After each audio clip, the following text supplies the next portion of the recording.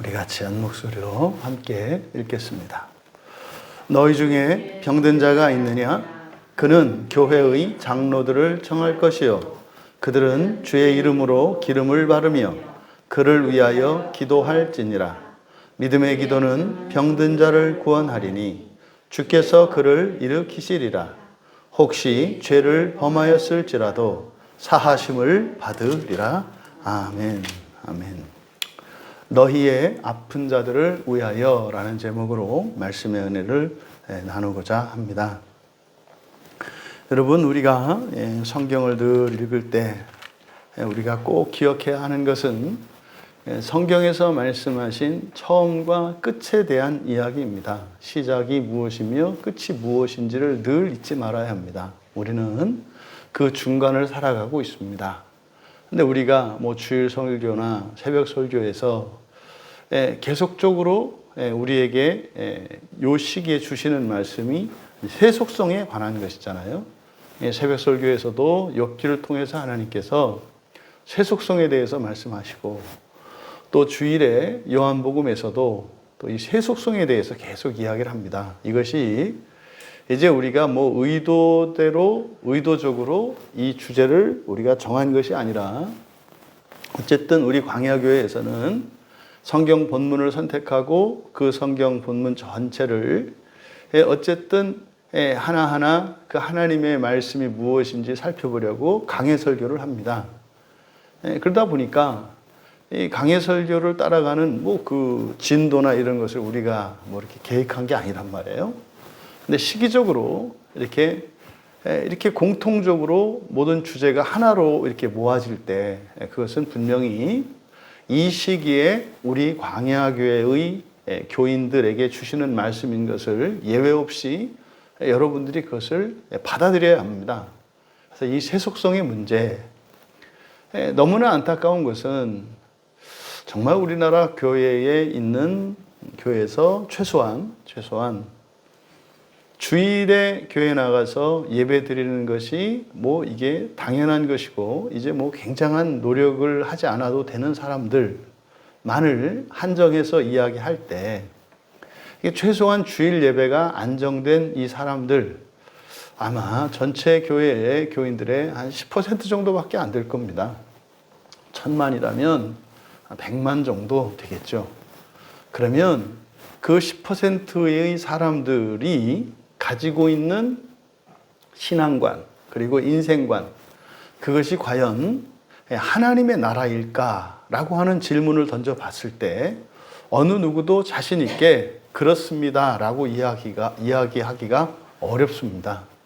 이 세속화의 문제는 한 개인의 신앙의 문제이거나 어느 교회, 또 그 교회에 속한 그 교회의 수준이나 이런 정도가 아니라, 이것은 2000년 교회의 역사 속에서 계속되어지는 정말 굉장히 강력한 사탄의 작전이고 힘인 것이거든요.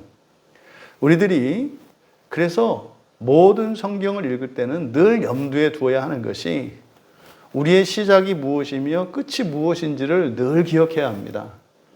그럴 때 여러분들이 일상생활 속에서도 내가 왜 오늘 아침에 눈을 떠서 하루를 살고 있으며 무엇을 향해서 살고 있는지를 잊어버리지 않게 됩니다. 이걸 잊어버리면 그냥 감정에 끌려서 살아가게 되어 있습니다. 감정에 끌려서요. 그러면 기쁨도 만족도 내가 바라는 희망도 그저 감정을 달래는 이런 것이 되거든요. 그러면 결단코 그 사람에게는 본성적인 변화와 인생 자체의 변화가 절대로 일어나지 않습니다. 하나님 나라를 목표로 삼고 내 안에 있는 세속성의 한계를 깨닫고 그것을 포기하고 정말 거룩함을 회복하며 하나님 나라에 이르는 부활을 위하여 살아가겠노라고 하는 인격적인 결단이 없고서는 하나님은 무엇이든지 행하실 수 있고 우리가 어떠한 사람일지라도 모든 것을 다 바꾸실 수 있는 분이십니다만 우리 자신에게는 결단코 변화가 일어나지 않습니다. 오늘 또한 우리가 이 말씀을 나눌 때 그저 이것이 한편의 설교도 그냥 여러분들은 그냥 앉아서 듣고 저는 설교하고 여러분들이 들었던 수많은 설교 중에 한 설교이고 이런 시간이 되지 않기를 바랍니다. 이 말씀으로 정말 우리가 하나님의 말씀을 들을 때마다 모든 하나님의 말씀은 우리들을 근본적으로 바꾸고 또한 나를 통해서 나뿐만이 아니라 우리 가족은 물론이요 나라와 민족과 이 시대를 바꿀 수 있다고 하는 사실을 절대적으로 믿으시고 정말 주위를 아무리 둘러보아도 예수 그리스도의 구원 이외에는 답이 없는 너무나 명확한 이 세상. 선도 악도, 더러운 것도 추한 것도, 기준도 없어져 버렸고 또 그 기준도 제각각 주관적인 기준에 따라서 살아가는, 심지어 우리가 하나님께 구원의 은혜를 절대적으로 의지하며 살아갈 수밖에 없음에도 불구하고 하나님이 주시는 그 생명의 구원의 손길을 거절하는 정도가 아니라 오히려 하나님의 이름을 더럽히며 살아가는 우리들. 오늘 이 시간을 통해서 참으로 우리 한 사람 한 사람에게 일어나는 은혜의 일들이 이 시대와 이 나라와 민족 그리고 우리들의 모든 것을 총체적으로 바꾸시는 구원의 시간이 될 수 있기를 주님의 이름으로 축복합니다. 그러니까 여러분이 설교를 들으시고 이 설교를 믿음으로 받아들이는 일은 여러분 개인적으로도 너무나 중요한 일이고 여러분의 인생이 걸린 일입니다만 더 나아가서 여러분들의 가족은 물론이요 이 나라와 민족과 이 시대의 전망이 걸려 있다고 하는 사실을 기억하시고 사람의 설교가 아니라 사람의 말이 아니라 하나님의 말씀으로 제발 여러분들이 성경을 믿고 하나님을 믿을 수 있는 이 시간이 되기를 간절히 바랍니다. 설교의 제목이 너희의 아픈 자들을 위하여입니다. 아픈 자들을 위하여.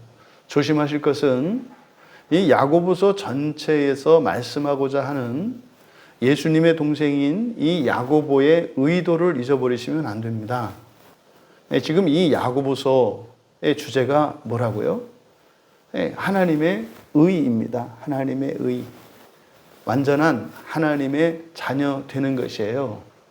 그러니까 야고보서에서 이렇게 명령형으로 이래라 저래라 하는 이것들은 그래서 이것이 마치 신율법적으로 사람들에게 이해되고 심지어는 행위 구원으로 말도 안 되게 해석이 되는 이 야고보서의 주제는 사람으로 태어나서 사람으로 살아가던 우리에게 예수 그리스도의 복음이 우리에게 들려짐으로 그때 예수님이 우리에게 주셨던 그 부활의 복음을 믿고 받아들여서 마침내 우리를 완전한 하나님의 아들로 삼으시겠다고 하는, 이때 하나님의 아들이라고 하는 의미는 사람이 이야기하는 아들과 딸, 남자와 여자의 성별을 의미하는 것이 아니라 하나님의 자녀됨, 우리의 본성에 관한 것이라는 것. 그래서 하나님의 아들이라는 표현은 존재론적으로 이야기하면 신이라고 말씀을 드렸습니다. 그러니까 야고보서는 사람된 우리들에게 예수 그리스도를 믿음으로 하나님의 아들 된 신이 되는 길을 제시하고 있습니다. 하지만 이것은 결단코 이것은 방법론이고 이 말씀을 통해서 우리가 따라 살아가면 그렇게 이룰 수 있는 것이 아닙니다.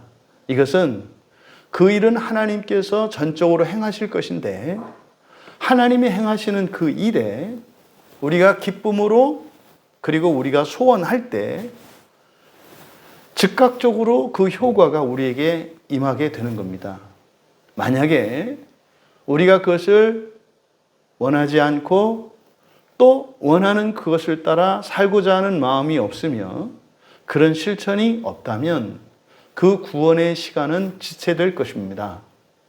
그러면 그 구원의 시간이 지체된다는 것은 단지 잠들어서 가만히 있다가 좀 늦게 깨어나는 이것이 아니라 여기에는 정말 생각도 해서는 안 되는, 그리고 절대로 얼씬도 해서는 안 되는 지옥이라고 하는 사망의 바다가 놓여 있는 것임을 기억해야 합니다.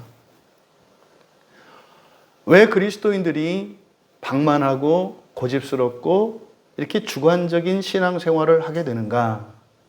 지옥은 나와 상관이 없다는 생각 때문입니다. 제 사명 중에 하나가 모든 그리스도인에게 지옥이 놓여 있다는 것을 전하는 겁니다. 지금 이대로라면 지옥에 가지 않을 그리스도인이 거의 없습니다. 그것은 지금 그리스도인들의 삶이 형편이 없거나 그들의 수준이 어떠하고 그들의 지식 정도나 그들의 의지력이 약하고 이런 것을 말하는 게 아닙니다.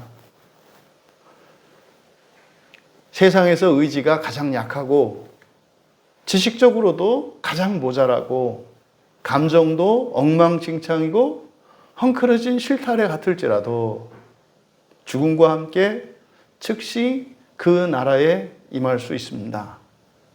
그런데 여러분들이 아무리 지성적으로 뛰어나고 고매한 인격을 가지고 있으며 강인한 의지력을 가지고 있다 할지라도 여러분이 하나님의 말씀과 하나님의 주권에 순종하지 않고 그냥 여러분 마음대로 주관적으로 살아간다면 여러분들은 절대로 지금 부활할 수 없습니다. 절대로 부활할 수 없습니다. 지옥의 바다를 반드시 건너야 합니다. 우리 광야교회에 속한 우리 지체들은 하나님 앞에서 겸손한 신자들이 다 될 수 있기를 바랍니다. 인간적으로 연약한 저로 인해서 여러분들이 시험에 들거나 여러분들의 신앙을 가지고 하나님께 도박을 하는 그런 무리수를 두는 일이 없기를 바랍니다. 이 강단은 거룩하고 하나님의 진리는 엄중합니다. 부디 간절히 바라는 것은 여러분들이 정말 이 야고보서를 우리가 지금까지 쭉 살펴보았는데 야고보서를 통해서 우리에게 말씀하는 바 이런 모든 명령과 이러한 당부의 말씀들은 그저 이 세상을 좀 더 편안하고 안락하게 살아갈 수 있게 하는 어떤 그런 이 세상의 육체적인 행복이나 영광을 위한 그 도구가 아니라 부활을 위한, 더 정확히는 첫째 부활을 위한 말씀이라는 것을 기억하실 수 있게 되기를 바랍니다. 왜 금요일 날 이 교회가 이렇게 텅텅 빌까요? 왜 주일에 예배에 안 나오는 사람들이 있을까요? 왜 사람들이 힘을 다해서 교회에 나오지 않고 왜 온 마음과 정성을 다해서 힘을 다해서 예배를 드리지 않을까요? 지금 자신들 앞에 놓여 있는 지옥의 바다가 감각되지 않기 때문입니다. 여러분, 우리에게 가장 우선해야 하는 것은 그 지옥을 넘어가는 거예요. 우리와 상관없는 것이어야 합니다. 그 일을 위해서 예수 그리스도께서 이 땅에 오셨고 여러분들이 믿고 원한다면 그렇게 할 수 있도록 충분한 그 길을 예비해 주셨습니다. 그 일을 위해서 이 광야교회가 있는 거죠. 이 땅의 모든 교회가 마찬가지입니다. 모든 교회가 그래야 하겠습니다만 특별히 광야교회에서 여러분들이 신앙생활을 했는데 여러분들 중에 누군가가 이 다음에 죽어서 지옥에 간다면 훨씬 더 괴로우실 겁니다. 왜냐하면 최소한 여러분들은 들었기 때문이에요. 어쩌면 듣지 못했던 사람들은 몰라서 그랬다라고 하고 또 그것은 그는 몰라서 그렇게 살았기 때문에 하나님의 긍휼의 은혜가 있을지는 모르겠습니다만 광야교회에 있는 분들은 여러분들은 분명한 심판에 대한 원리와 여러분 앞에 일어날 일들을 여러분들이 부인할 수 없을 정도로 확실히 들었습니다. 수도 없이 저는 반복해서 여러분에게 말씀드렸고 저는 그 점에 있어서는 책임이 없어요. 단지 제 책임을 회피하려는 것이 아니라 그것이 저에게 오히려 아픔이 되고 부담이 된단 말이에요. 그럼 여러분들이 받아들이지 않음으로 인해서 오히려 여러분들에게는 그게 더 큰 고통이 되고 슬픔이 되고 후회가 될 텐데, 차라리 내가 말하지 않고 내가 그 죄를 대신 당했더라면 이분들이 후회는 좀 덜 할 텐데 하는 이런 말도 안 되는 그런 부담감이 문득 들 때가 있단 말이에요. 설교의 제목이 너희의 아픈 자들을 위하여잖아요. 여러분들이 지금 이 본문에서 너희 중에 병든 자가 있느냐? 그는 교회의 장로들을 청할 것이요.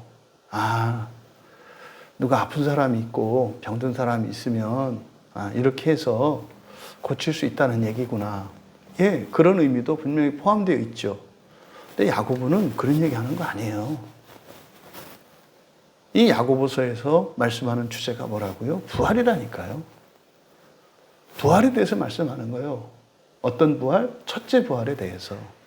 그리고 지금 여기서 주인공이 이 말씀에 지금 야고보께서 말씀을 하시는데 초점이 누구라고 여러분들은 생각하십니까? 병든 자라고 생각하십니까? 여러분이라고 생각하십니까? 여기서 이 편지의 수신자는 너희예요, 너희. 그러니까 지금 이 설교를 들으시는 여러분들이 초점이에요. 병든 자가 초점이 아니에요. 그러니까 지금 여기서 너희 중에 병든 자가 있느냐라고 했을 때 이 말씀의 1차적인 의도는 우리의 부활과 우리 중에 있는 병든 자들에 대한 우리의 마음가짐과 우리의 실천과 우리의 삶이 어떠한 것인가를 여러분들은 살피셔야 하는 거예요. 너희 중에 병든 자가 있느냐? 여러분 주변에 병든 자가 있습니까?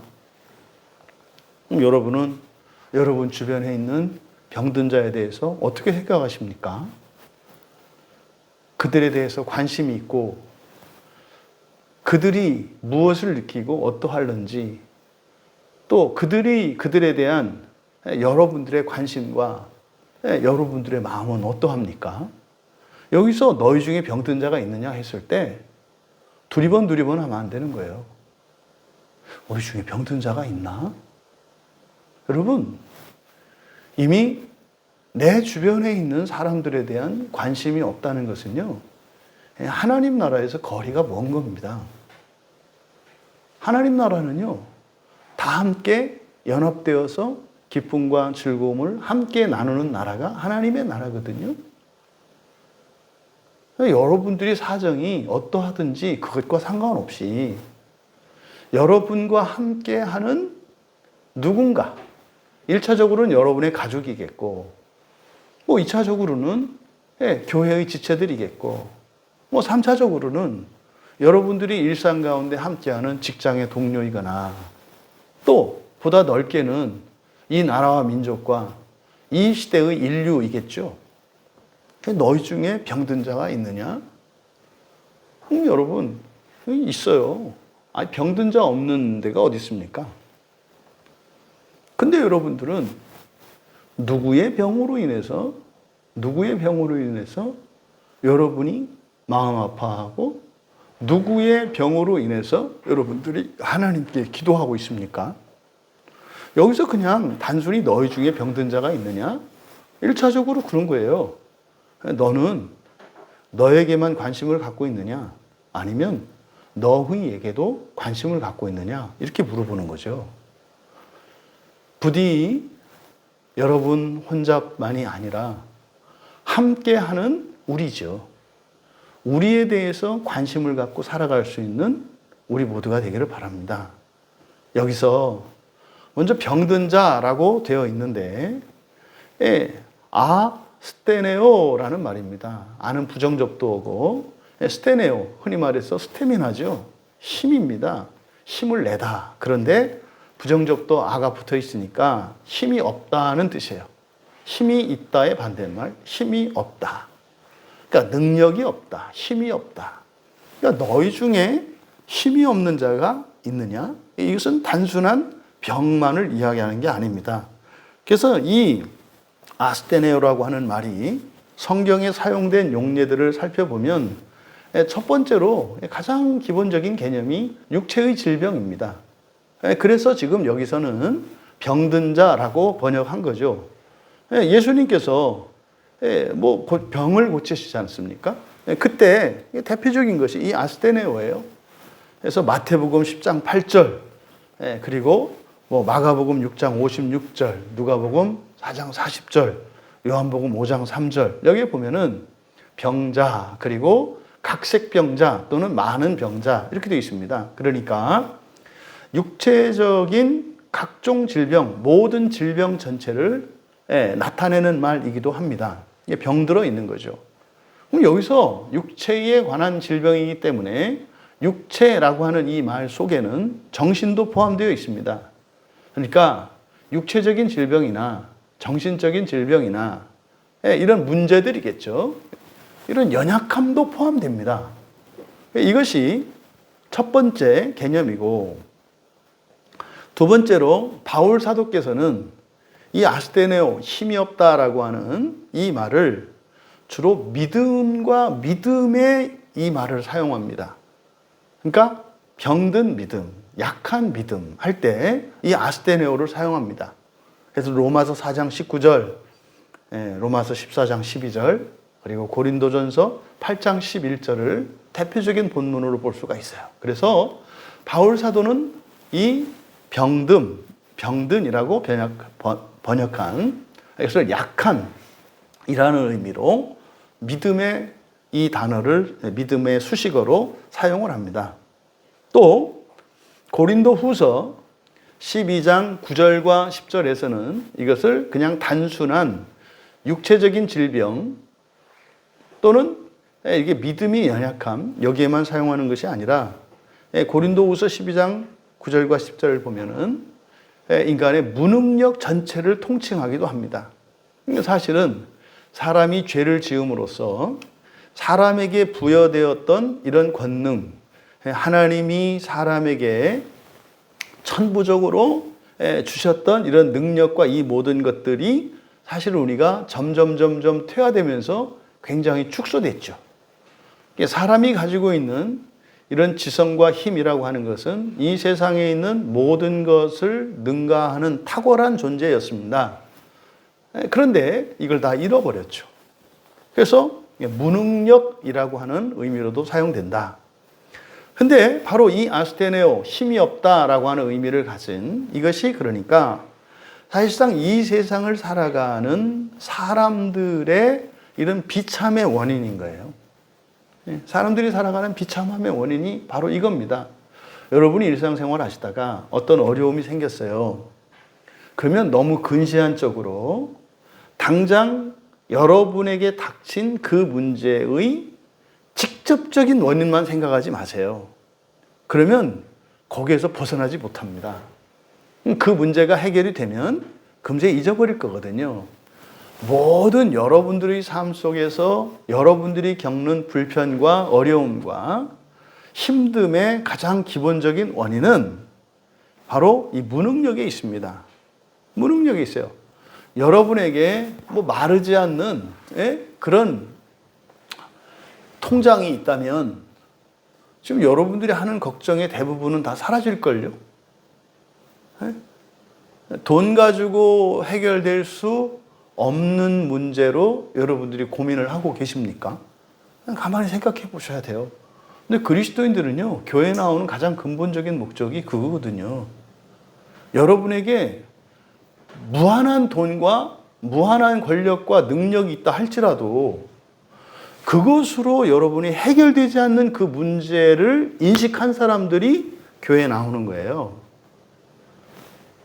만약에 그렇지 않고 돈과 권력이면 해결될 수 있는 것을 가지고 교회에 나오고 여러분들이 그것으로만 기도하고 그 문제에 대해서만 여러분들이 어떤 기대를 갖고 있다면 여러분들의 신앙은 세속적인 신앙인 거예요.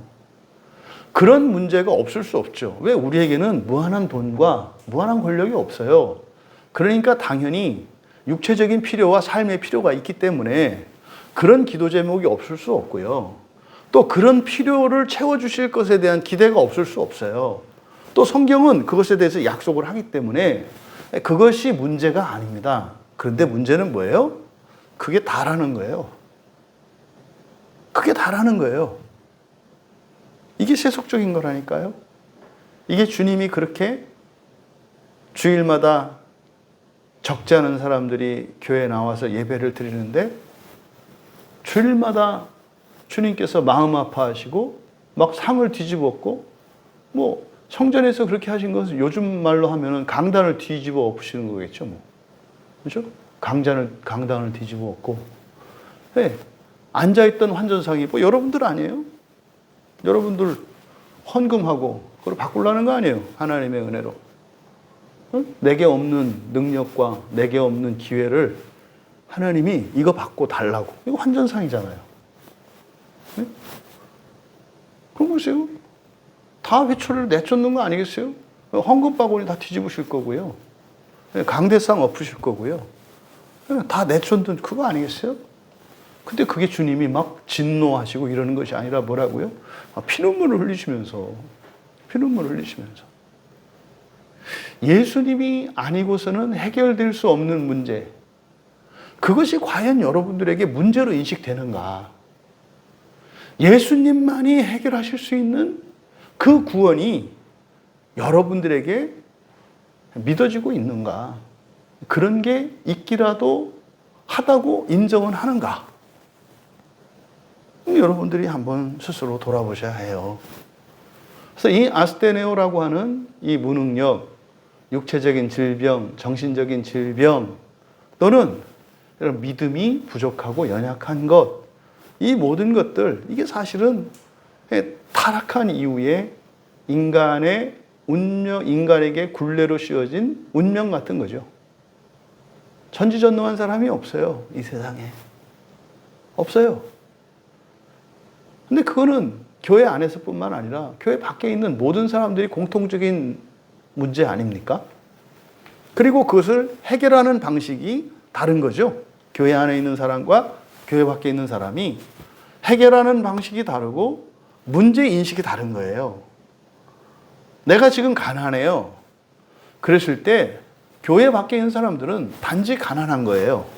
그래서 그 사람은 돈만 생기면 그 문제가 해결이 되는 겁니다. 근데 교회 안에 있는 사람은 돈이 없는 것도 문제입니다만 그것을 통해서 구원의 문제를 봐야 되는 거예요. 이게 달라요. 그러니까 일상에서 일어나는 크고 작은 모든 일들이 교회 안에 있는 사람들에게는 영적인 의미로 가치평가가 새롭게 이해되는 겁니다. 그래서요, 좋은 것으로도 그것이 영적인 문제로 치환이 돼서 구원을 위해서 더욱 힘내며 살아가게 하고, 또 사람들이 싫어하는 불행한 것 같은 이 일들도 그것을 가지고 구원의 문제로 치환해서 살아갈 수 있기 때문에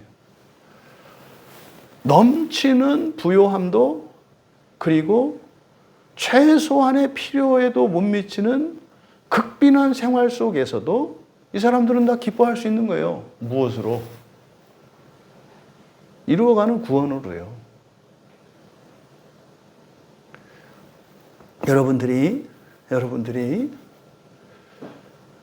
정말로 이 세상에 태어난 목적과 살고 있는 목적, 그리고 여러분이 지금까지 살아오면서 겪었던 모든 일들, 또 여러분들이 현재 그리고 과거에 처했던 환경, 또 여러분들이 맺었던 모든 관계, 그리고 여러분이 지금까지 살면서 이루었던 성취, 또는 여러분들이 마음 아파하고 있는 실패, 이 모든 것은 모두 하나의 목적을 위해서 우리에게 주어진 기회였습니다. 그건 바로 구원의 문제입니다. 이 세상의 모든 사람들은 다 구원이 필요합니다. 왜? 우리는 힘이 없기 때문에. 이게 아스테네오 상태예요. 그럼 여기서 너희 중에 병든 자가 있느냐? 당연히 있는 걸 지금 질문한 거잖아요. 인식하는가? 이걸 묻겠죠. 그래서 첫 번째가 이게 어떤 의미라고 그랬어요? 너는 너 혼자 너만을 위해서 살아가는 것이 아니라 너와 함께하는 내 주변 사람들에 대해서 관심을 갖고 있으며 함께 살고 있는가? 왜요? 내가 병들었거든요. 그건 다 알아요. 근데요, 살아서 죽을 때까지 나 병든 것만 알아요. 대부분의 사람들은. 내가 병든 걸로. 여러분, 우리 옆에는 병든 사람 투성입니다. 왜요? 여기서 지금 아스테네오가 의미하는 것이 단순히 육체적인 질병만은 아니라 그랬잖아요. 정신적인 질병, 믿음에 문제가 있는 거, 또 무능력한 모든 거. 여기서 해당되지 않는 사람이 여러분 주변에 있으세요? 한 사람도 없어요. 한 사람도. 그러니까 여기서는 있느냐 없느냐를 묻는 게 아니겠죠. 그 사람이 너에게 의미가 있는가? 그걸 통해서 너는 뭘 느끼는가? 그걸 통해서 너는 그 일을 어떻게 대처하고 있는가? 이걸 묻는 거예요. 왜요? 이게 첫째 부활을 위해서 살아가는 사람들에게는 필수적인 일이기 때문에 그런 거예요. 그러면 여기서 사도행전 20장 35절에 보면 바로 그 첫째 부활을 향하여 살아가는 사람들이 수고하여 약한 사람을 돕고 이렇게 되어 있습니다. 수고하여 약한 사람을 도와야 한다 이렇게 말해요. 그러니까 말씀으로는 범사에 여러분에게 모본을 보여준 바와 같이 수고하여 약한 사람을 돕고 또 주 예수께서 친히 말씀하신 바 주는 것이 받는 것보다 복이 있다 하심을 기억해야 할 것이다. 이거는 여러분 그냥 단순한 어떤 윤리를 말하는 게 아니라니까요. 성경에서 이야기하는 모든 것은 윤리 도덕이 아니에요. 그거는 성경 말고도 그냥 사람들이 쓴 책에도 수두룩 빽빽합니다. 이 성경이 성경인 것은요, 성경만이 구원에 대해서 말하기 때문이에요.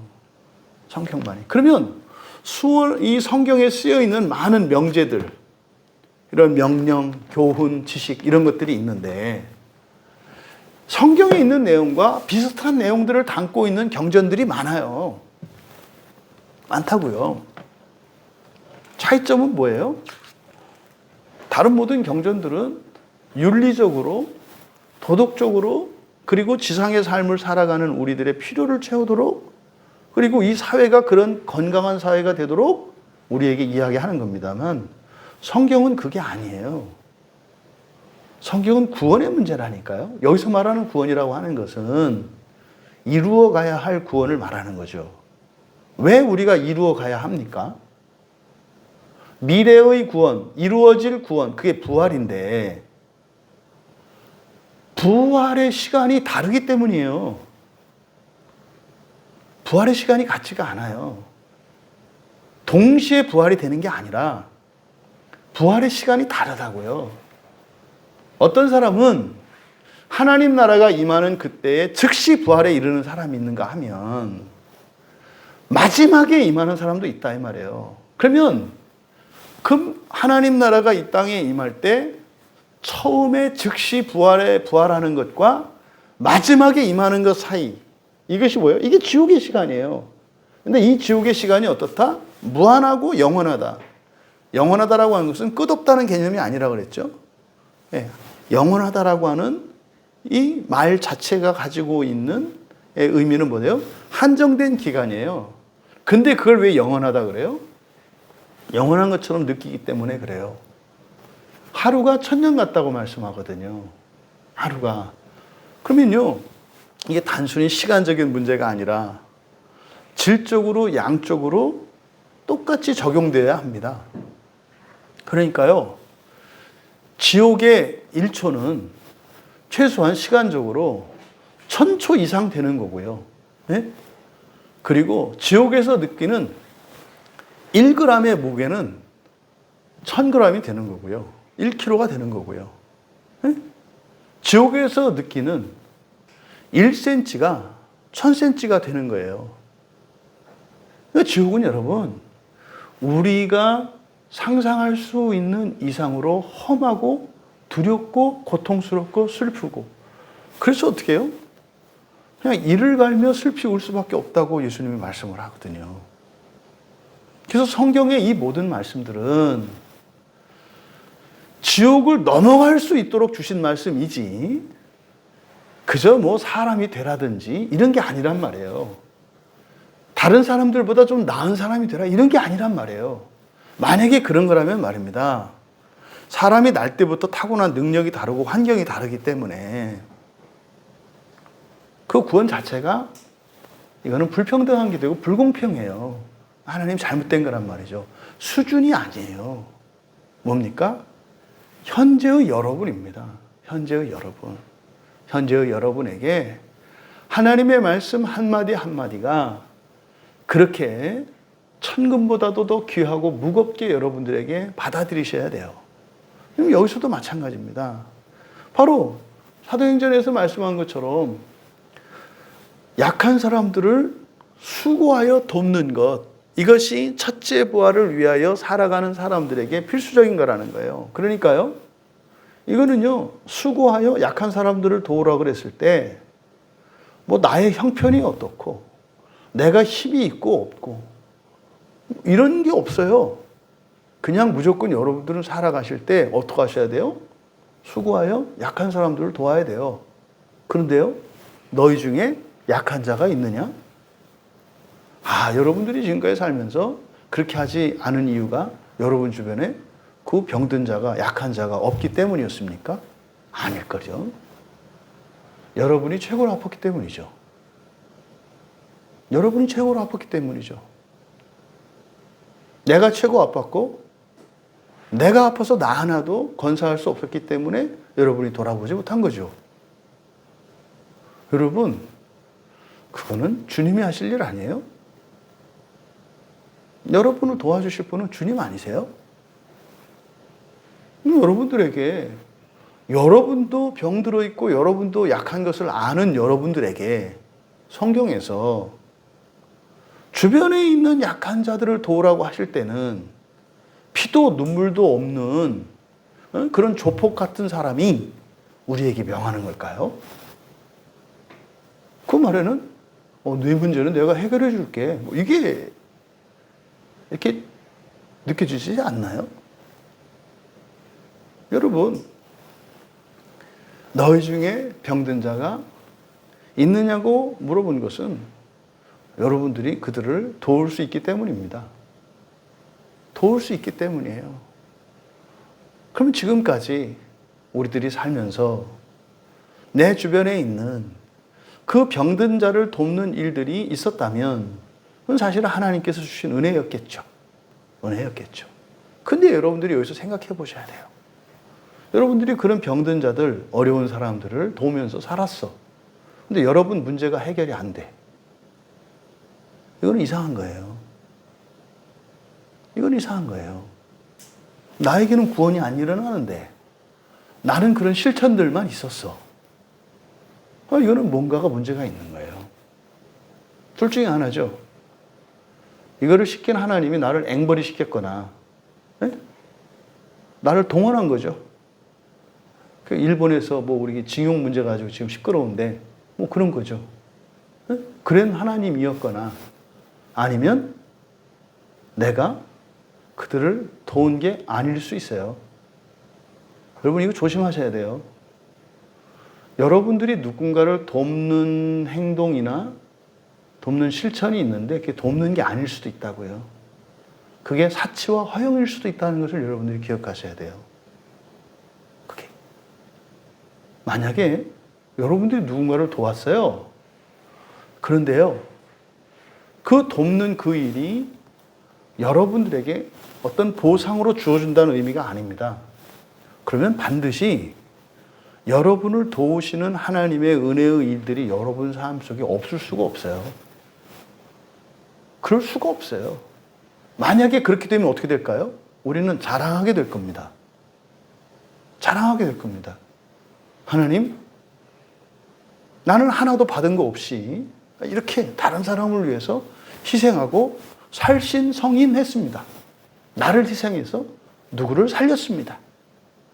내가 애쓰고 수고해서 이만큼 이뤄놨습니다. 라고 하는 공로의식을 반드시 가지게 되어 있습니다. 그건 치명적인 약점이거든요.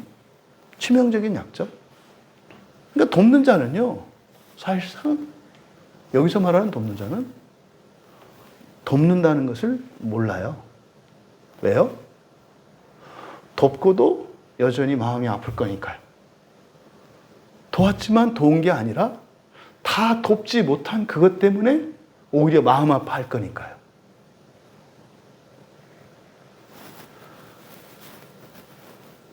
실제로 여러분들이 다 도울 수 있어요. 근데 문제는 우리들이 도우려고 하는 방식과 우리들이 생각하는 돕는 게 다를 수 있다 이 말이에요. 여러분들이 가난한 사람을 도우려면 누가 도울 수 있습니까? 돈을 많이 가지고 있든지 돈을 벌 수 있는 사람이라고 생각을 하잖아요. 그러니까 그런 일은 제한된 사람들만 할 수 있어요. 능력이 있는 사람들만 할 수 있을 거니까요. 근데 여기서 주는 성경에서 이 약한 자, 병든 자들에 대한 이 성경의 가르침은 보편적이고 일반적인 규칙이거든요. 그러니까요. 여기서 말하는 것은 이 다음에 돈 생기거든 그 사람들 좀 돕고 이 다음에 뭐 높은 자리에 가거든 도와. 그런 의미가 아니죠. 그걸 그렇게 받아들이면 어떻게 하겠어요? 하나님, 내가 이 세상에 가난한 자들을 다 돕고 싶사오니 이 세상 가난한 사람들을 다 도울 수 있는 넘치는 돈을 주십시오. 또 제가 이 나라에서 이런 불법과 불의를 싹 정리하고 정의로운 나라가 될 테니까 모든 것을 내가 할 수 있는 권한과 권력을 나에게 주십시오. 뭐 이렇게 얘기할 거예요. 그러고 나서 안 되면요. 하나님이 문제네. 세상에 가난한 사람들을 긍휼히 여기는 나보다도 하나님이 덜 긍휼히 여기는 거예요. 왜요? 아니, 나는 그 사람들을 도우려고 지금 하는데 협조를 안 하잖아요. 응? 이 나라가 막 불법의 기승을 부려서 이거 바로 잡으려고 하는데 권력을 안 주잖아요. 도대체 누구 편인 거예요? 여러분, 이런 말도 안 되는 생각을 하지 마세요. 우리가 생각하는 방식으로 이렇게 돕는다고 할 때 거기에는 여러분의 사심과 욕심이 들어간다는 거 아십니까? 명분을 삼아서 하나님의 말씀을 명분 삼고 여러분들의 신앙도 죄의 도구로 쓰일 수 있다는 걸 잊지 마셔야 돼요. 거룩함을 위장하고 경건함을 위장한 그런 잘못들이 있을 수 있다는 것을 여러분들이 기억하셔야 돼요. 그러면 이게 보편적이고 일반적인 규칙이라는 것은 우리가 도울 수 있는 길이 있는 거죠. 그러면 여기에 제시된 거는 말입니다. 특별한 사람들만을 위한 거예요. 어떤? 첫째 부활을 위해서 살아가려고 하는 특별한 사람들. 하지만 첫째 부활을 위해서 살아가고자 하는 모든 사람들을 위한 거기 때문에 또한 동시에 보편적이에요. 그걸 바라는 모든 사람들이 할 수 있는 걸 제시하고 있다 이 말이에요. 그러니까 여기 있는 거 우리가 못할 게 없어요. 그러면 어떻게 우리 중에 있는 병든 자를 도울 수 있는가? 나는 돈이 없어서요, 능력이 없어서요, 시간이 없어서요, 뭐가 없어서요. 이렇게 핑계할 수 없는 것을 가르쳐주고 있는 거예요. 지금 14절 하반절을 직역을 해야 될 필요가 있는데 그는 교회의 장로를 청할 것이요. 그래서 그는 교회의 장로를 청할 거예요. 누가 청해야 되는 거예요? 그 사람. 그렇죠? 그 사람이 청해야 되는 거잖아요. 그 사람은 청할 것이요. 또 그들은 장로들이겠죠? 기름을 바르며 기도해라. 너희 중에 병든 자가 있느냐? 그는 청할 것이요. 그들은 기름 바르며 기도할 것이다. 말은 나한테 했는데 왜 그 사람들한테 하죠? 나에게 주는 말이잖아요. 너희에게 주는 말씀 아니에요. 지금 너희에게. 그러니까요. 이게 지금 번역이 이상하네. 이렇게 얘기죠. 나에게 준 명령인데 왜 갑자기 그 사람 청하라고 하냐 이 말이에요. 그러니까 이렇게 어떻게 돼요?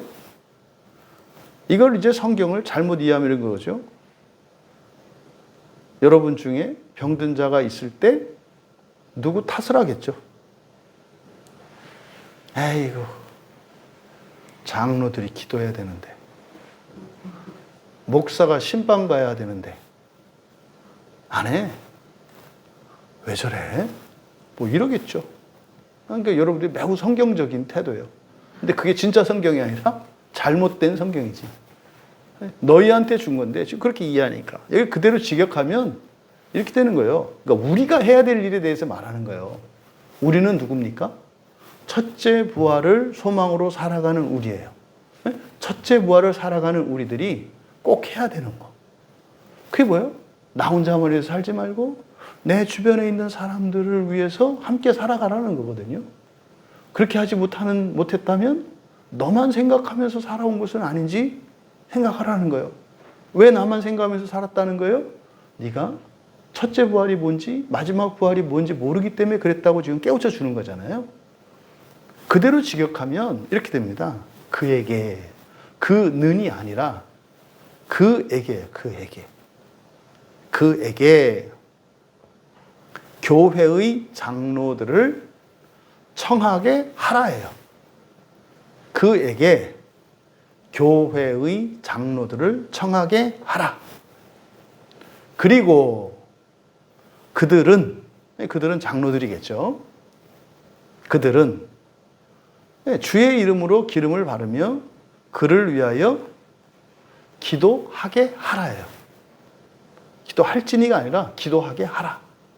그러니까 청할 것이요 기도할지니라가 아니라 청하게 할 것이요 기도하게 할 것이라. 기도하게 하라. 청하게 하라. 그러니까 여러분 주변에 약한 사람이 있습니까? 병든 사람이 있습니까? 그럼 여러분들이 여러분 주변에 있는 약한 사람들에 대해서 주님의 마음을 느끼셔야 하고, 왜요? 구원하기를 기뻐하시잖아요. 마음 아파하시잖아요. 그럼 여러분들이 그를 도와야 돼요. 여러분에게 돈이 있습니까? 돈으로 도우세요. 여러분이 그 병을 고칠 수 있는 용한 의사를 알고 계세요? 예, 여러분이 아는 한 정보를 주세요.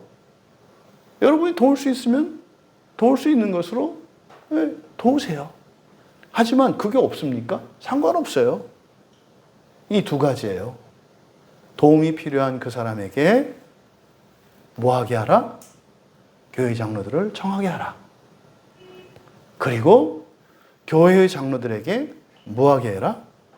기름 바르며 기도하게 해라. 그럼 보세요. 여러분 주변에 어떤 사람이 있어요. 약한 사람이 있어요. 여러분들이 어떻게 하는지 한번 살펴보세요. 어떻게 하시나? 지금 성경 말씀은 뭐라고 하는 거예요? 그 사람에게 교회의 도움을 청하도록 하라는 거예요. 해본 분은 알죠? 이게 쉽게 되지 않는다는 거. 그렇게 안 되잖아요. 그렇게 되는 게 아니에요. 근데 어때요? 여러분이 뭘 하려고 그러잖아요. 뭐 해라. 이렇게 되지 않아요. 무능력한 사람이기 때문에 그렇게 되지 않는 거예요. 그럴 수가 없어요. 다만 청하라고. 이건 할 수 있죠.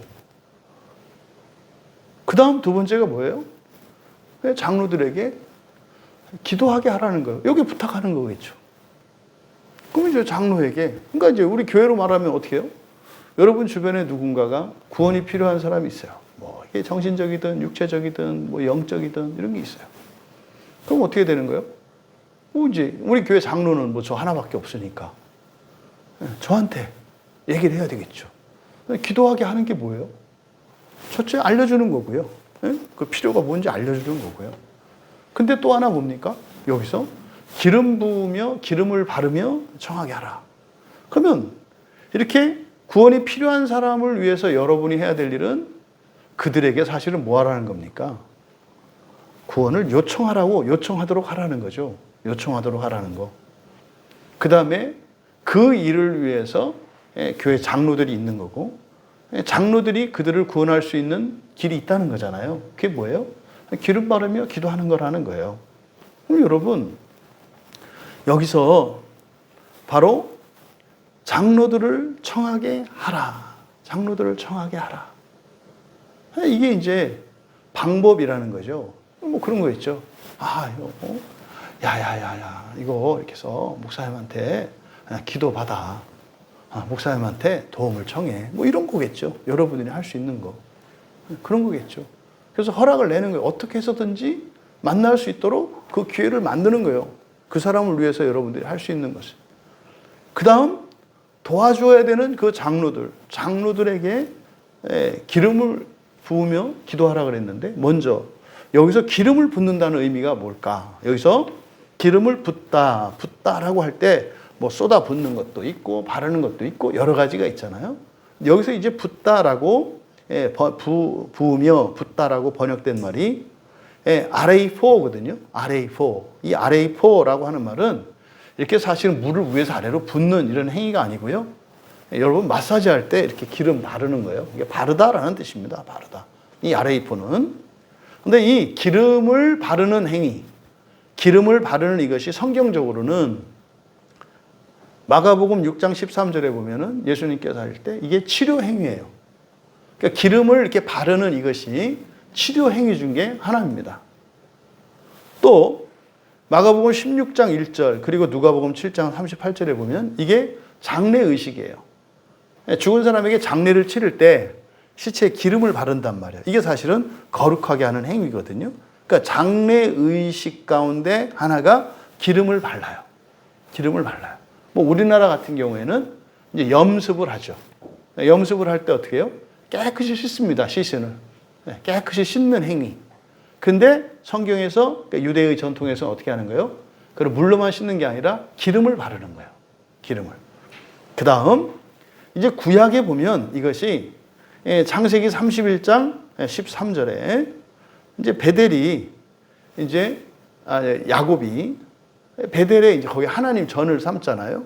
그때 이제 기름을 바릅니다. 그 기름을 바르는 것은 정결의식이에요. 정결의식을 거룩하게 함으로, 거룩하게 하는 일이 바로 기름을 바르는 거예요. 이게 창세기 31장 3절에. 그리고 출애굽기 28장 41절에 보면 이것은 또한 성직으로 임명하는 임명식을 의미해요. 성직으로 임명된 걸 의미해요. 그래서 이게 삼중직, 왕이나 제사장이나 선지자들에게 기름 붓는 일이 있죠. 그리고 레위기 2장 1절은 또한 제물 가운데 하나님께 드리는 이 소제물, 이 하나님께 드리는 이 제물인 것을 인치는 거예요. 그래서 하나님께 드리는 소제물에 기름을 붓고 기름과 함께 드립니다. 그래서요, 레위기 7장 25절에 보면은요, 기름의 제물을 먹으면 백성 중에서 끊길 거라 그래요. 그러니까 제사장도 기름을 먹으면 안 돼요. 왜요? 그거는 하나님의 것이기 때문에. 태워서 그를 드려야죠, 하나님께. 이와 같이 기름을 붓는다라고 하는 신구약적인 의미를 우리가 살펴봤습니다. 그러면 기름을 부으며, 그러면 이제 오늘날도 그러면, 그래서, 이게 아로마 테라피, 뭐 이런 게 성경적인 거구나. 뭐 그럴 수 있어요. 그럴 수 있어요. 기름을 바르고 이렇게 하는 것이 분명히 신체적으로도 뭐 도움이 될 수가 있어요. 왜? 그렇게 사용된 걸 보면. 근데 뭐 그랬어요? 이런 물질적인 것을 영적인 것으로 바꿔야 된다 그랬잖아요. 그래서 구약에서 기름을 바르는 이 행위, 그리고 우리들이 바라는 것은 구원의 문제, 부활의 문제이기 때문에 여기서 이제 기름, 성경에서 나오는 기름은 사실은 장차 무엇을 의미해요? 성령을 의미하잖아요. 성령을. 그러니까 성령 충만을 말하는 거겠죠. 영적으로 말한다면 기름을 부으며, 여기서 그러니까 기름을 바르며 그를 위해 기도해라, 기도하게 하라 라고 했을 때 여기서 기름을 바르며라고 하는 것은 성령을 의지하는 거겠죠.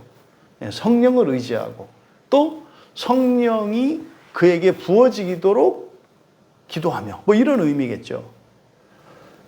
그리고 기도하게 하라.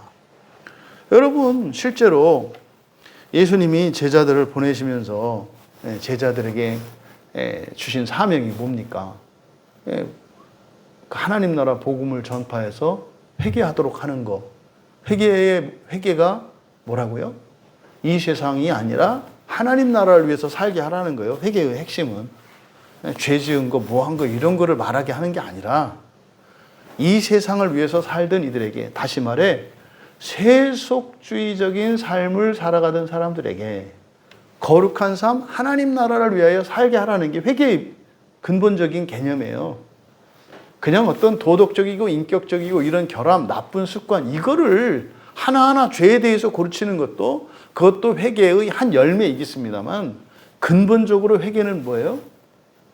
그저 이 세상을 위해서만 살아가는 게 다가 아니다. 더 중요한 게 있다. 뭘 위해서 살아야 된다? 하나님 나라를 위해서 살아야 된다. 왜? 너 하나님 나라에서 앞으로 살 거거든. 너는 반드시 그 나라 갈 거거든. 근데 말이야, 그 나라 그냥 가는 게 아니야. 그 나라 가기 전에 네가 심판을 받고 그 나라 간다.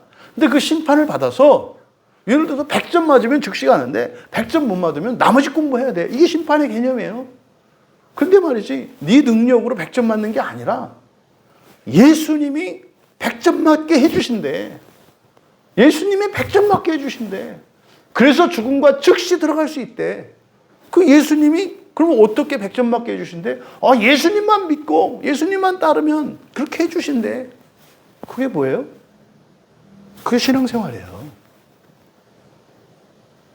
신앙생활이 다른 사람들과 비교해서 뛰어나고 뛰어나지 않고 경건의 수준이 어떻고 이게 아니에요. 예수님을 전적으로 믿고 날마다 내가 새로워지기를 바라며 그렇게 살아갈 때 그렇게 살면 되는 거예요. 그러면 나머지 필요한 모든 것은 주님께서 이루어주신다는 거예요.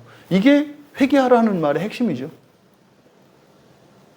여러분들이 누군가에게 복음을 전할 때 이 내용을 전하셔야 하는 거예요. 너 예수 안 믿으니까 지옥 가 라고 하지 마시고 제발. 무식한 얘기니까. 성경 어디에 예수 안 믿으면 지옥 간다고 했냐고요. 예수 믿으면 천국 간다고 그랬지. 근데요, 예수 믿으면 천국 간다 라고만 한 게 아니라 예수 믿으면 천국 가는데 1등으로 가는 게 있고 꼴찌로 가는 게 있다고 성경은 얘기한단 말이에요. 예수 믿고 1등으로 갈 수 있고 꼴찌로 갈 수 있다. 근데 이 세상에서는 1등 하려면 다른 사람보다 더 열심히 해야 되고 다른 사람보다 능력이 뛰어나야 되고 다른 사람보다 운도 좋아야 돼. 이건 알 수가 없어. 그리고 특별한 사람만 할 수 있고. 그런데 그 나라의 즉시, 다시 말해서 하나님 나라의 1등으로 들어가는 거, 이걸 첫째 부활이라고 한단 말이에요. 1등으로 들어가는 거는 누구나 다 할 수 있어. 누구나 다. 뭐 하면? 믿고 구하면. 그러니까 네가 어떤 사람으로 살았든지 네가 어떤 형편이든지 너의 수준이 어떠하든지 상관이 없어. 너도 1등 할 수 있어. 예수 믿고 1등 할 수 있어. 그게 뭐예요? 그것도 1등 할 수 있어. 그럼 뭐예요? 그래? 나도 부자 될 수 있어? 이렇게 나온단 말이에요, 사람들이. 주의가 아니라니까요. 그럼 예수님께서 우리의 첫째 부활에 대한 주권은 주님께 있어요. 근데요, 그걸 누리는 것은 선택은 여러분께 있어요. 여러분이 뭐예요? 저요라고 회개하고 돌이켜서 저요라고 손들면 돼요. 저요가 뭐라고요? 하나님, 저는 이 세상이 아니라 이제는 하나님 나라를 목적으로 살겠습니다. 이게 저요예요, 저요. 그럼 여러분들이 아까 서두에 말씀드렸던 것처럼 예수님이 아니어도 할 수 있는 문제만을 가지고 고민하고 그것만을 기도하고 있다면 여러분들이 손들지 않은 거예요. 아직 회개하지 않은 거라고요. 그것만 가지고 있다면. 첫째 부활에 대한 소원이 반드시 있어야 된다고 말하는 거예요. 응? 여러분의 일상의 현실적인 문제들이 닥칠 때마다 여러분들이 지독한 어려움이 생겼어요. 그때 여러분의 마음속에 절망과 그런 고통의 어둠을 몰아내는 강력하고 일반적이고 절대적인 방법이 있어요. 이 세상은 정말로 소망이 없는 세상이구나. 나는 내 능력으로 할 수 없는 사람이구나. 인정하는 거예요. 그리고요, 이미 이루어 주신 그 하나님 나라가 나의 것임을 믿고 되어진 그것으로 기뻐하는 거예요. 아, 나를 도우시는, 이 세상에서 내가 이렇게밖에 살 수 없고 내 능력은 이것밖에 안 되지만 이 세상에서도 패배자로 살아갈 수밖에 없고 이 세상에서도 요 정도밖에 살 수 없는 나를, 이 세상에 가장 뛰어나고 이 세상의 모든 것을 가진 사람도 다 누릴 수 없는 그 나라가 나의 약속이 되어 있다고? 그러면서 여러분 마음속에 이렇게 빛이 생겨요. 기쁨과 소망이 생긴다고요. 그렇게 안 생기십니까? 여러분은 철저한 세속주의자예요. 그게 안 생기면 여러분 그 지옥의 강을 아직 못 건너신 거예요. 이거는 여러분들이 무슨 뭐 믿음이 좋아야 되고 뭐 헌신을, 이것과 상관이 없는 거예요. 여러분의 의식이 아직도 안 바뀐 거예요. 아직도. 현실의 문제가 해결된 건 아니죠. 그건 그대로 남는 거죠. 이게 먼저 그의 나라를 구하는 거예요. 이게 먼저 그의 나라를 위해 구하는 거예요. 그러면 여러분의 삶 속에 하나님이 천사를 보내셔서 도우시는 일들을 경험하시게 돼요. 여러분, 바로 신자들이 이 세상을 살아가는 이유, 그거예요. 회개의 복음을 전하고요. 회개의 복음이 뭔지 지금 말씀을 드렸어요. 두 번째로 병든 자, 연약한 자들을 도우면서 살아가는 거예요. 그럼 연약한 자들을 돕는 것은 여러분들에게 그런 힘과 능력과 기회가 있다면 도우면 돼요. 그것으로. 근데 보다 근본적인 것은 사실은 영적으로 사람 회개시키는 게 근본적인 거잖아요. 그리고 현실적으로, 육체적으로, 물질적으로 도울 능력이 없어. 그러면은 그 사람으로 하여금 뭐 해라? 교회의 장로들을 청하게 하라는 거예요. 그게 뭡니까? 가르쳐 주는 거예요. 구원의 방법이 있다. 구원의 방법이 있다. 여기서 벗어날 길이 있다. 장로들을 청하라는 거예요. 그리고 이제 그들을, 장로들이죠. 그들에게 그를 위하여 기름을 바르며 기도하게 하라. 그래서 이 기름을 바른다라고 하는 것, 말씀드린 것처럼 뭐라고요?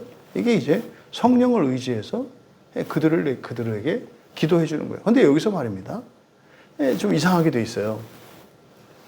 지금 우리말 성경으로는 이게 이제 잘 안 나타나 있는데 여기서 기름을 바르며 그를 위하여 기도하게 하라 그랬잖아요.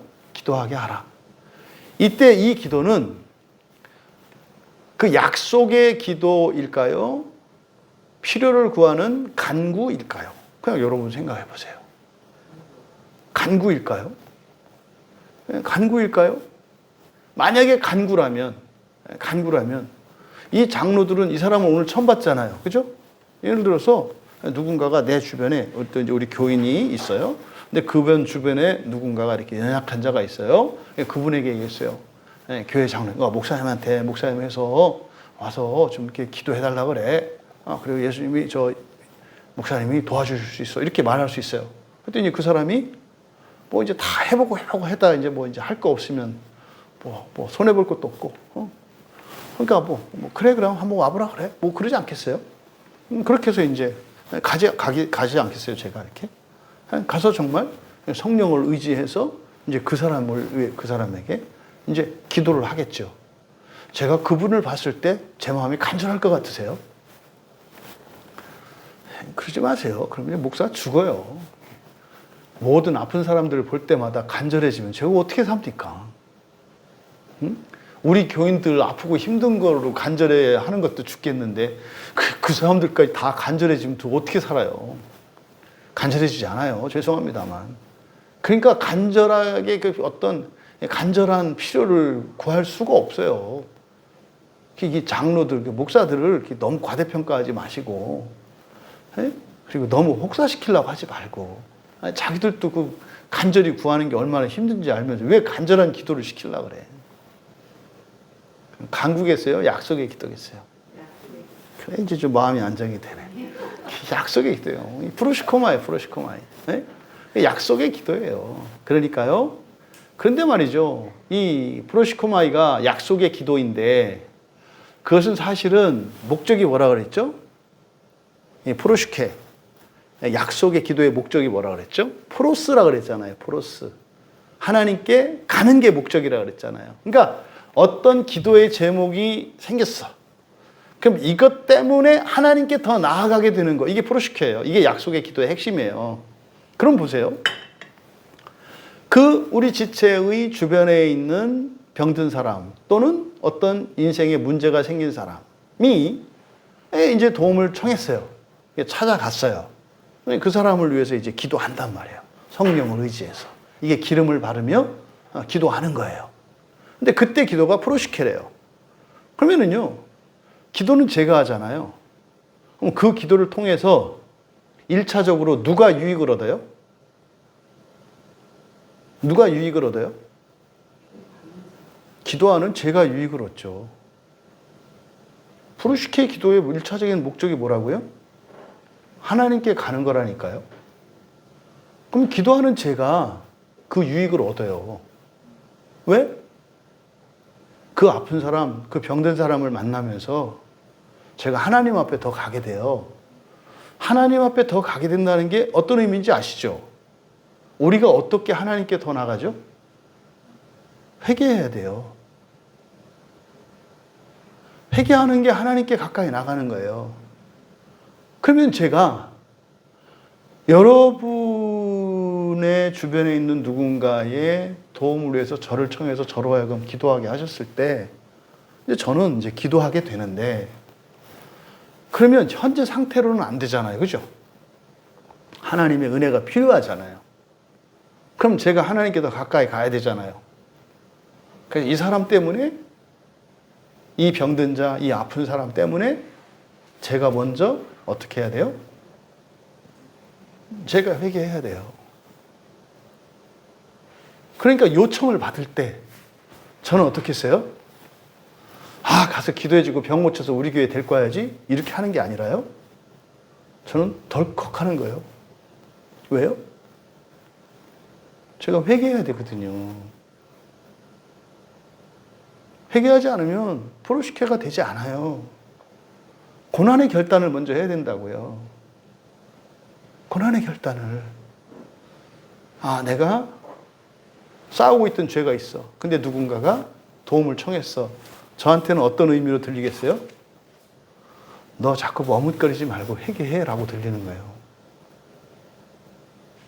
그러면요, 가기 전에 회개하겠죠. 근데 회개라는 게 금방 회개하겠다고 해도 됩니까? 가서 기도하면 제가 회개 딱 되고 딱 가서 기도하면 그럼 딱 낫겠죠. 문제 해결되겠죠. 만약에 그렇게 된다면. 근데 그분이 안 고쳐져요. 왜 안 고쳐진 거예요? 제가 회개 안 한 거예요. 제가 회개 안 한 거예요. 우리 교회 여러분들이 주변에 어려운 분들 도움을 청하잖아요. 그분들이 도움을 못 받아요. 첫째로는 그분들이 청하지 않기 때문이겠고, 그러니까 청해야 되니까. 청한다는 게 만나는 것만을 의미하는 게 아니잖아요. 그렇죠? 자기의 마음을 열고 믿고 맡겨야 청하는 거잖아요. 1차적으로 그분들이 청하지 않았거나. 두 번째로 그분 본인이 알 거 아니에요? 진짜로 그렇게 될 걸 믿었고 그렇게 해서 간절히 바랬어. 근데 제가 와서 기도했는데 안 고쳐졌어. 그러면 여러분들이 이제 알아채면 돼요. 목사님이 아직 회개를 못 하셨고. 그러면 이제 그분한테 뭐라 해야 되는 거예요? 절대 흔들리지 마. 믿고 가. 야, 너 아픈 거 이렇게 하는데 하나님이 너를 통해서 우리 목사님을 고치려나 보다. 야. 목사님이 지금 회개를 못 한 거야. 그러니까 네가 지금 목사님을 위해서 이렇게 아픈 거야. 이게 원인이 중요한 게 아니라 네가 목사님 고치려고. 목사 하나 세우는 게 얼마나 영광스러우냐. 그러니까 네가 불행한 고난이 아니라 지금 우리 교회를 섬기는 거야. 그러니까 이제부터 목사님 회개할 수 있도록 기도하자. 뭐 이렇게 같이 기도해야 되는 거예요. 제가 회개하면 어떻게 될까요? 무조건 고쳐지는 거예요. 이게 지금 여기에서 이야기하는 장로들을 청하게 하고 장로들에게 프로시코마이, 약속의 기도를 하게 하라는 이 말씀의 의미예요. 그러니까요, 시작은요, 내 주변에 있는 병든 자, 약한 자예요. 그 끝이 어떻게 돼요? 그 사람도 살고 나도 살겠고, 그죠? 하나님께 감사할 거 아니에요. 그리고 장로도 살겠네. 그러면 병든 일이 불행한 일이요? 영광스러운 일이요? 영광스러운 일이 되는 거예요. 결과적으로는. 이게 하나님 나라의 첫째 부활을 향해서 살아가는 교회의 모습이고 능력이라고 우리에게 가르쳐 주시는 거예요. 여러분, 그러니까 마가복음 11장 24절에서 무엇이든지 기도하고 구하는 것은 받은 줄로 믿으라. 이게 사기가 아니에요. 이거 변명하느라고 목사님들이 많이 얘기하죠. 아, 그렇게 무엇이든지 기도한다고 해서 되는 건 아니야. 이렇게 말을 하는 거예요. 왜요? 여기서 말하는 본문의 의미가 뭔지 모르니까. 무엇이든지 기도하고 구했어. 그런데 안 됐어. 왜 그렇다고요? 청하지 않았거나 기도하는 자가 회개하지 않았거나. 그럼 이거를 잘잘못을 따질 게 아니잖아요. 그러면 청한 사람이 마음을 열고 믿고 청하듯 청하고 기도하는 사람도 그 사람이 고쳐지도록 회개할 일이죠. 그러면요, 반드시 되는 거예요. 반드시. 근데 마가복음 11장 25절에 이어지는 말이 뭐냐면요, 그리하면 너에게 그대로 되리라 라고 한 다음에 25절에서 서서 기도할 때 아무에게나 혐의가 있거든 용서하라. 이게 사실 이제 용서를 이야기를 해요. 용서를 하고 기도해야 된다고 말해요. 믿음의 기도는 그를 위하여 기도해라. 믿음의 기도는 병든 자를 구원하리니 주께서 그를 일으키시리라. 보세요. 왜 여기서 구원하리니 밑줄 쳐보세요. 구원하리니. 물론 이 구원하다라고 하는 소조라는 말이 병에서 고침받고 문제에서 해결받고 이것도 구원 맞아요. 근데 본질적으로 이 구원이라고 하는 말은 사실은 궁극적으로 영적으로 어떤 의미예요? 부활을 말하는 거거든요. 근데 병을 고칠 때 그냥 병을 고쳤다라고 말씀하고 또 어떤 때는 구원받았다라고 말씀을 한단 말이에요. 그거는 그냥 비슷한 말을 막 섞어서 쓰시는 게 아니에요. 그건 의미가 있다고요. 어떤 때는 그냥 병 고침만 되는 때가 있고요. 어떤 때는 병 고침을 통해서 구원받는 일이 일어난다는 거예요. 마찬가지죠. 어떤 사람이 어떤 은혜를 입었는데 그 은혜를 입어서 그 문제를 해결해서 문제만 해결받는 사람이 있고 그 문제를 통해서 문제만 해결되는 게 아니라 구원에 이르는 사람도 있다라고 하는 것을 성경이 나타내요. 근데 지금 여기서 바로 병든 자가 있느냐? 그러면 그에게 교회의 장로들을 청하게 하고 또 그가 청해서 가는 청함을 받고 가는 장로들은 그들을 위해서 성령을 의지해서 기름을 바르며 성령을 의지해서 기도하게 하라. 그런데 이것을 지금 어떻게 해요? 구원의 문제로 연결시키고 있어요. 그러니까 결국 지금 야고보가 말씀하고자 하는 의도가 뭡니까? 일상생활에서 일어나는 이런 무능력으로 인해서 또는 육체적인 질병이나 정신적인 질병이나 그러니까 여기서 말하는 이 아스테오라고 하는 것은 인생에 일어나는 모든 문제들이에요. 이것을 무엇을 위한 선한 도구로 쓸 수 있다는 거예요? 구원을 위한 선한 도구로 쓸 수 있다는 것을 가르쳐 주는 거예요. 그런데 말입니다. 여기서 앞에서 기도할지니 기도해라 라고 기도하게 하라 라고 할 때는 이 프로시코마이를 썼어요. 그런데 15절에서 믿음의 기도는 할 때 이 믿음의 기도에 사용된 말은 유케입니다. 유케. 프로슈코마이의 어원이 되는 것이 유코마이거든요. 유코마이. 프로스 유코마이. 그러니까 하나님을 향하여 구하는 거거든요. 유가 좋은, 유케예요. 유케. 유케라고 하는 것은요. 사도행전 18장 18절과 사도행전 21장 23절에 이렇게 성경에 3번 사용되는데 사도행전에서는 이 단어를 기도라고 번역하지 않고 서원이라고 번역했어요. 서원. 기도는요, 그런 기원이, 앞에서 맹세에 대해서 얘기를 했잖아요. 맹세에 대해서. 하나님, 이거 해주면 이렇게 할게요. 이거 하지 말라 그랬죠. 맹세하지 말라 그랬잖아요. 그런데 여기서 서원이라고, 기도라고 번역된 이 육회라는 말은 서원과 관련돼요, 서원. 근데 이때 서원은 뭐겠어요? 인간적인 약속이나 이것이 아니라 사실은 하나님의 말씀을 또 하나님의 기뻐하시는 뜻을 따라서 내가 살지 못했어. 그런데 그렇게 하기로 결정하는. 이 서원은 맹세가 아니라 할 수 있는 서원이에요. 할 수 있는 서원. 할 수 있는 서원.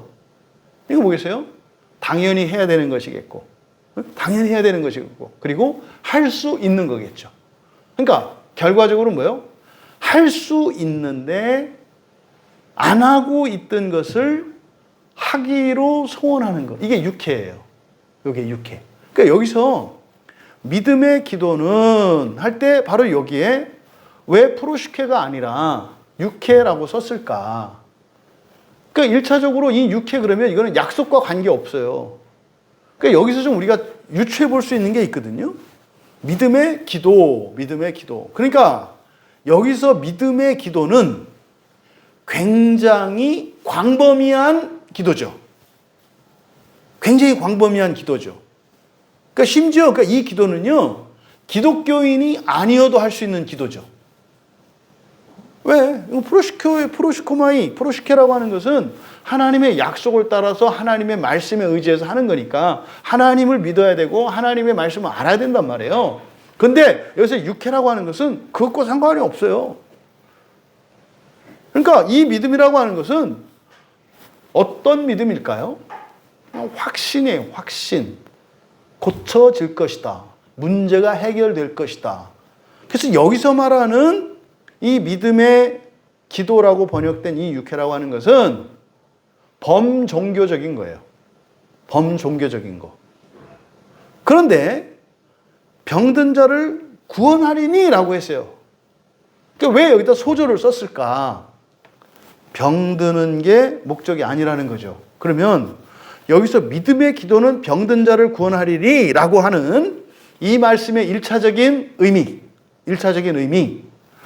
확신을 갖고 기도했을 때 그 기도의 능력이 나타난다, 안 나타난다? 나타난다. 그래서 기독교인들의 궁금증, 왜 이단 사입이나 이런 심지어는 이교들이나 다른 종교나 무당 같은 사람들에게도 이적적으로 병 고치는 일이 일어나는가요? 그 답이 여기에요. 믿음의 기도는 병든 자를, 연약한 자를, 여기서는 병들도 달라요, 의미도. 믿음의 기도는 병든 자를 구원한다. 그러니까요, 강한 확신을 갖고 하는 기도 자체가 어떻다? 능력이 있다, 없다? 있다는 것을 나타내요. 이게 1차적인 의미예요.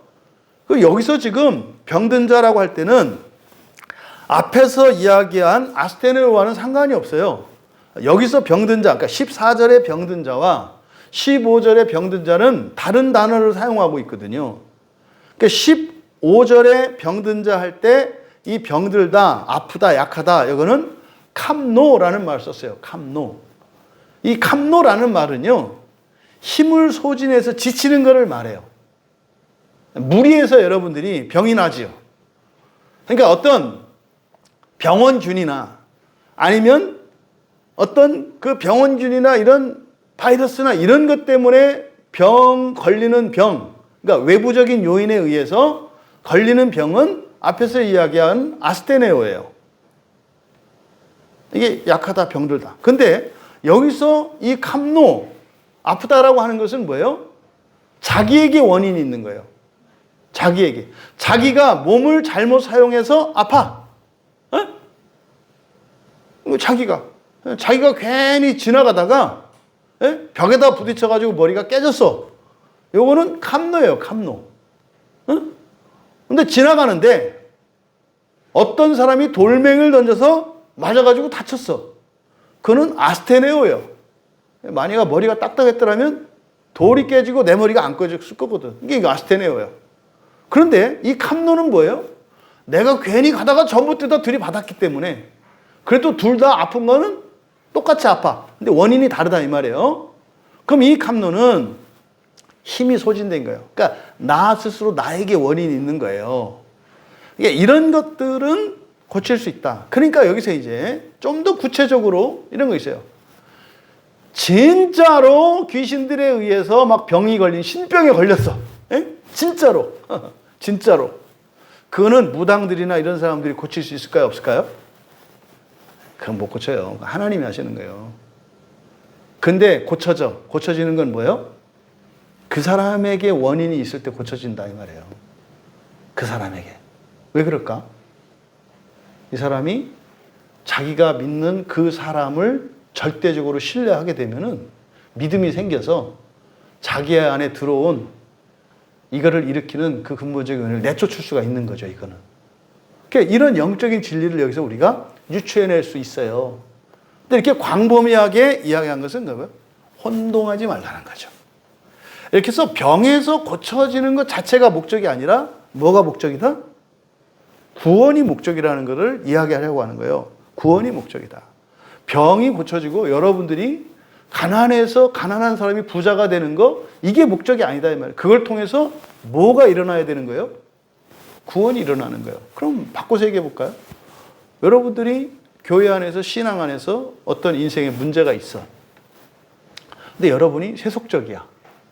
그 문제가 해결되는 게 좋아요? 해결되지 않는 게 좋아요? 네? 질문의 의도를 파악 못 하셨나? 여러분들에게 어떤 문제가 있어요, 현실적인 문제가. 네? 그런데 이 사람이 여전히 하나님 나라 바라지 않고 이 세상을 살기를 원해. 그런 사람에게 이 문제가 지금 고쳐지는 게 좋아요? 고쳐지지 않는 게 좋아요? 현재적으로는 고쳐지는 게 좋은 것 같고 그걸 바라지만 종말론적으로는 안 고쳐지는 게 나아요. 왜요? 현재 안 고쳐져서 괴로움을 겪는 이것이 종말에 살게 될 지옥을 대신하니까. 이해되시죠? 이 이야기를 지금 이 15절의 상반절에서 우리가 해석해낼 수 있는 거예요. 그래서 여기서 병들었다라고 하는 말과 그리고 이 병을 고치는 게 치료가 아니라 구원이라고 했고 그리고 기도의 프로시케가 아니라 그냥 육회를 쓴 이것을 통해서 유추해낼 수 있다. 그러니 야고보가 지금 여기서 말씀하는 것은 바로 인생에서 일어나는 이러저러한 어려움들, 우리 연약함으로 인해서 일어나는 이거를 통해서 구원의 문제로 영적으로 승화시키라고 이야기를 하는 거예요. 그런 중에 구원과 상관이 없는 질병과 문제들이 고쳐지는 일도 일어날 거다. 그런데 구원과 상관없이. 근데 그것은 너무 안타까운 일이다. 안타까운 일이다. 믿음의 기도는 병든 자를 구원할 것이다. 약한 자죠. 약간 지친 자 하는 게 더 좋겠어요. 믿음의 기도는, 믿음의 서원은, 기도라기보다는 서원은, 믿음의 서원은 지친 자를 구원할 것이다. 혹시 죄를 범하였을지라도 사하심을 받으리라. 여기서 이제 혹시 가정법이 쓰였거든요. 가정법. 만약 뭐뭐라면 이라고 하는 말이 에이와 에안이 있다 그랬잖아요. 그렇죠? 에이라고 하는 말은 있을 수 있는 거예요.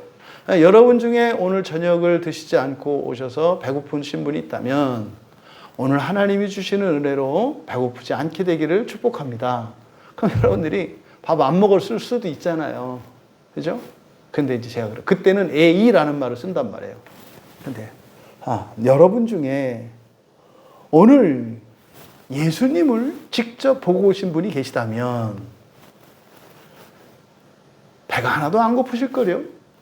그럼 여러분들이 예수님을 보고 왔을 리가 있어요, 없어요?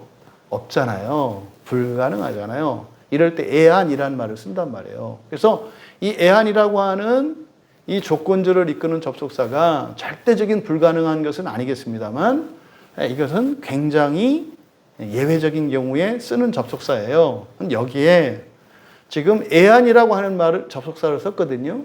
그리고와 애안. 이걸 혹시라고 번역한 거예요. 그러니까 여기에 이럴 때 이제 참 하나님이 얼마나 조심성이 많으시고 우리를 너무나 잘 알고 계시고 얼마나 친절한지를 알 수가 있어요. 그러니까 여기서 혹시라고 하는 말에 애안이라고 하는 접속사를 썼어요. 그래서 죄를 범하였을지라도 이게 뭡니까?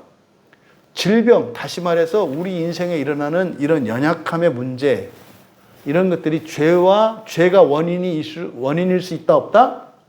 있다는 걸 말하는 거예요.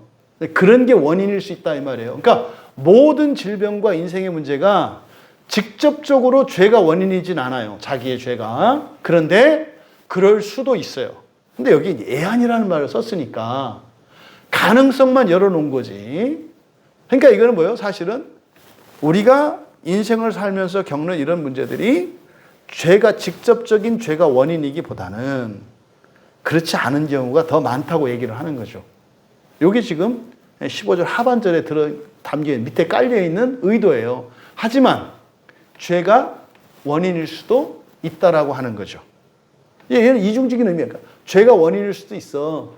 근데 그게 그렇게 많지는 않아. 뭐 이런 얘기죠. 여러분, 대부분 그리스도인들이 인생에서 겪는 환난의 직접적인 원인이 뭘까요? 시험이에요. 죄가 있기 때문에 오는 결과가 아니라 시험이라고요. 어떤 시험이요? 여러분이 신앙을 버리나 안 버리나. 여러분이 신앙을 버리나 안 버리나 시험이에요. 모든 환난이. 그래서 여러분들이요, 굳건한 신앙을 갖고 있으면요, 그 사람에게 일어나는 반드시 필연적인 결과가 있어요. 뭐? 인생에요, 큰 환난과 어려움이 안 생겨요. 뭐면? 여러분들이 절대적인 관계성과 절대적인 신앙을 딱 가지게 되면은 그 사람들에게 일어나는 공통적이고 일반적인 현상이 있는데 그게 뭐다? 쓸데없는 번거로운 일들이 안 일어난다고요. 왜? 그런 일들의 대부분의 이유는 뭐기 때문에? 시험이기 때문에. 근데 이미 시험을 쳐볼 필요가 없는 사람에게는 그런 일이 일어날까요? 안 일어날까요? 안 일어나는 거예요. 그걸 여기서 우리가 유추해낼 수 있다 이 말이에요. 하지만 여기서 어쨌든 야고보는 죄의 문제와 연결짓고 있습니다. 그러니까요, 혹시 죄를 범하였을지라도 이게 뭡니까? 그가 지금 아프고 힘들고 그가 겪고 있는 문제가 무엇이 원인이 될 수도 있다? 죄가 원인이 될 수도 있다. 드물기는 하지만 그렇다면 그 병든 것 때문에 결국 뭐 하게 될 거다? 죄를 용서받게 될 거다. 그러면 병든 일이 이 사람에게 불행입니까? 행운입니까? 행운이잖아요. 망한 게 행운이잖아요. 만약에 이게 죄가 원인이었다면 그걸 통해서 그 죄가 용서를 받으니까 이건 행운이잖아요. 노다지죠, 노다지. 응? 이게 종종 이렇게 믿음이 없던 사람들이, 그러니까 예수님을 믿지 않았던 사람들이 교회에 오고 나서 과거 자기가 교회에 오게 될 때 겪었던 어떤 큰 심각한 어려움과 문제가 있었어. 굉장한 불행한 사건이 있었어. 근데 나중에 가서 그걸 뭐라 그래요? 옛날에는 그게 너무 고통스럽고 힘들어서 그것 때문에 인생을 끝내려고 했었는데 나중에 지나고 나서 뭐라 그래요? 그게 최고의 은혜였다고, 감사했다고 말을 하거든요. 그 얘기를 하는 거예요. 결국 여기서 우리가 얻을 수 있는 진리가 뭡니까? 하나님 나라 소망을 가지고 그리고 첫째 부활을 위해서 살아간다면 인생에 이런저런 어려움들이 생길 거예요. 근데 그걸 통해서 결국 지체들의 사랑을 받게 될 거예요. 교회의 사랑을 받게 될 거예요. 하나님의 은혜를 받게 될 거예요. 뭐가? 나에게 생긴 불행한 일들, 어려운 일들이. 그것을 통해서 죄가 용서되는 일도 일어날 거라고 말을 하는 거예요. 이 일은 누구나 다 할 수 있는 거예요. 이게 이제 전체 역학적으로는 완전히 정말 다 이루어지기까지는 병도 고쳐지고 죄도 용서받고 더 구원받게 되고 하는 일들이 이루어지기까지는 시간이 걸리고 여기에 참여하는 사람들의 열심과 노력과 하나님의 은혜가 다 들어가 있죠. 그렇죠? 결국 지금 14절에서 15절의 이야기의 팩트는 뭡니까? 하나님 나라 소망을 가지고 첫째 부활을 위하여 살아가는 한 신자가 있어. 그 사람 주변에 연약한 사람으로 인해서 그 사람도 구원받고 나도 구원을 이루어가며 심지어는 교회의 장로도 회개하고 더욱더 구원의 진전이 있게 될 것이라는 거예요. 여러분, 우리가 우리 주변에 있는 이 불행의 문제, 인생의 문제를 여러분들은 어떻게 이해하고 계십니까? 오늘 성경은 우리들이 그냥 상식처럼 가지고 있는 우리들의 이런 불행한 일들, 질병이나 가난이나 이 모든 이런 것들에 대한 우리의 상식을 파괴합니다. 그러니까 이 세상에 그런 악이, 이런 불행한 일들이 일어나는 것을 부당하다고 많은 사람들이 원망하면서 살아가는데 그것으로 인해서 어떻게 될 거다?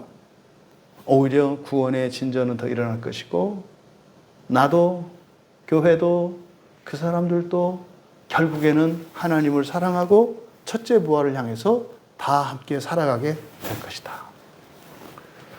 여러분, 너희 중에 병든 자가 있느냐?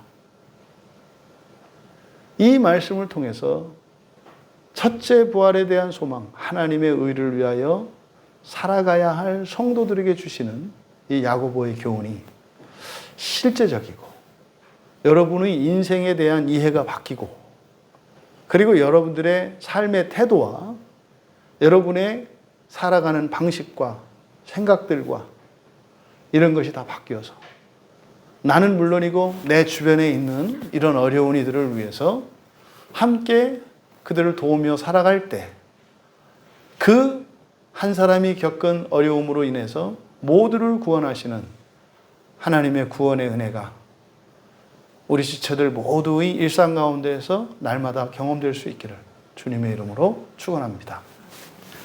우리 말씀을 생각하며 잠시 기도합니다. 하나님, 제가 그동안 지금까지 살아오면서 내 주변에 아프고 힘든 사람들 때문에 어떤 생각을 해왔고 또 그럴 때마다 내가 어떻게 되었는지 나를 돌아보게 해주십시오. 오늘 말씀을 통해서 보면 그런 일들은 사실은 모두의 더 큰 구원을 위해서 아주 유익한 것이었다고 말씀을 한 거예요.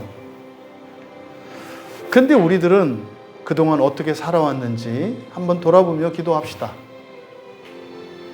혹시 여러분보다 못한 것 같은 하나님으로 인해서 마음이 힘들어지고 어떻게 하나님이 이럴 수 있느냐고 우리가 하나님을 원망하고 그렇게 살았던 적은 없는지 오늘 또 말씀을 통해서 인생에 일어나는 불행의 문제, 나의 불행이 나의 기도 제목이기보다는 내 주변에 있는 이들의 불행을 위하여 그것을 더 먼저 생각하는 것, 이것이 첫째 부활을 살아가는 성도들의 바른 삶인 것을 가르쳐 주십니다. 그것 때문에 내가 구원받게 되는 이 놀라운 구원의 원리가 믿어지고 이것이 또 여러분들이 이렇게 기꺼이 기쁘게 받아들여지는지 만약에 그렇지 않다면 하나님 나를 회개시켜 주셔서 여전히 하나님 나라보다 이 세상을 더 우선시하며 이 세상에 매여 있는 저를 이 세상으로부터 하나님 나라로 저의 인생관이 바뀔 수 있도록 도와주시옵소서. 은혜를 구하며 우리 같이 기도합니다.